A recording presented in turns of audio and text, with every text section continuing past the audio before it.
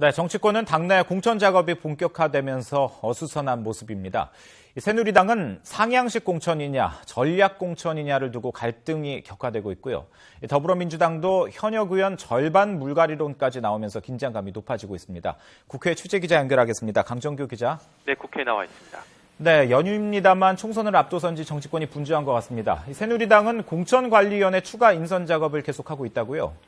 네, 그렇습니다. 새누리당 최고위원들이 각각 추천한 7, 8명 안팎의 외부 인사들에 대한 검증 작업이 진행되고 있습니다. 예정대로라면 오늘쯤 추가 인선안에 대한 발표가 있을 텐데요. 외부 위원들은 비정치권 인사들로 정치적 소수자인 여성과 청년, 장애인 등을 대표할 수 있는 인물로 구성될 예정입니다. 앞서 새누리당은 지난 4일 공천관리위원회 1차 인선안을 발표하고 이한구 위원장을 포함한 5명의 명단을 공개했는데요. 따라서 공천관리위원회의 최종 명단은 13명 안팎이 될 것으로 보입니다.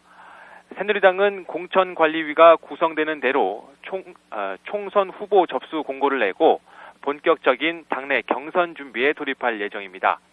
당원 당규에 따라 후보자 접수 공고에만 최소 3일 이상이 필요하고 서류 접수와 심사, 그리고 전국에서 동시다발적인 경선을 치르려면 시간이 촉박합니다.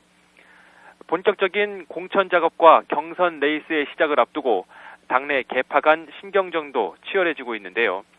특히 친박계로 꼽히는 이한구 공천관리위원장은 강력한 현역 물갈이 방침을 밝히면서 적극적인 전략공천 요소 도입을 공식화하고 있습니다.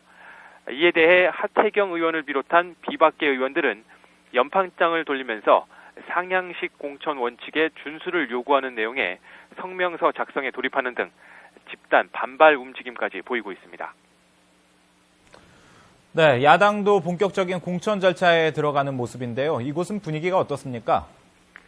네, 그렇습니다. 야권도 공천 절차를 차근차근 밟아나가고 있습니다. 더불어민주당 공천관리위원장을 맡은 홍창선 위원장은 어제 첫 회의에서 남의 마음에 상처를 주는 것은 좋지 않다는 생각을 갖고 있다면서도 당이 수권 정당으로 인식될 수 있어야 한다는 점을 강조했습니다. 전략기획본부장을 맡게 된 이철희 전 소장은 라디오 인터뷰를 통해 과거 총선에서도 최대 50%의 물갈이를 해왔다면서 이번에도 비슷한 수준이 될 것이라고 내다봤습니다. 고강도 심사를 예고한 것으로 당내 긴장감도 한층 더해지는 분위기입니다.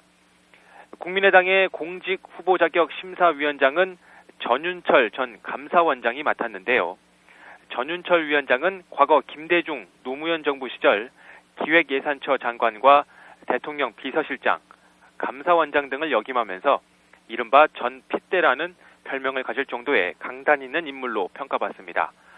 공직 후보 자격 심사위는 공천 여부에 직접적인 영향을 미치기보다 전과나 해당 행위 전력 등 총선 출마 자격을 심사하는 곳인데 전 위원장의 강한 목소리가 반영될 것으로 보입니다. 지금까지 국회에서 YTN 강정규입니다.